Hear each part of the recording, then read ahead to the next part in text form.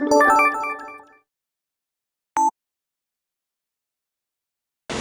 4 and things are really progressing well. Got the fuel tank in the car now, finished a lot of the wiring off. We have the console in the car, we've got the foot tray in the car, we've had the dash in and we've taken it back out again. We've got to do a little bit more work of that. We've got the outer skin panels on the car, so that's what we hang the doors and the mud guards to.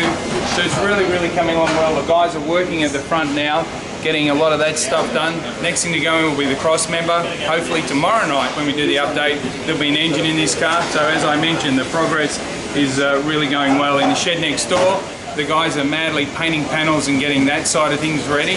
So hopefully over the weekend or early next week it'll all come together and we'll finish the car off. Our questions for today, I've got one from Chris, and he wants to know if there's anything that's going to be different with this car. Well, the dash is one thing.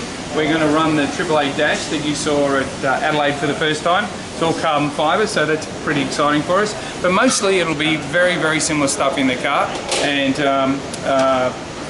in terms of suspension, all that sort of thing. So it's just building more stuff to replace what was damaged. Luke asks if the car has to pass any sort of sanctioning test. Actually, the roll cage does have to. So we have to scrape a bit of paint off this. They're going to be testing at the Grand Prix just to make sure that it meets the required thickness of the metal, and of course they check all the welds and then they authorise the roll cage.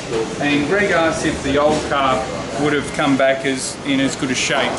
It's hard to know because every accident is different. I think the old car was probably a little stronger around the bulkhead in the front of the car where the engine is, but I think the integrity and the safety of the driver is very similar from car to car. So I don't think it would be that much different. Might have affected the front damage, but I think either car would have probably been written off. Check with us tomorrow on Team BOC's Facebook page and we'll update you again.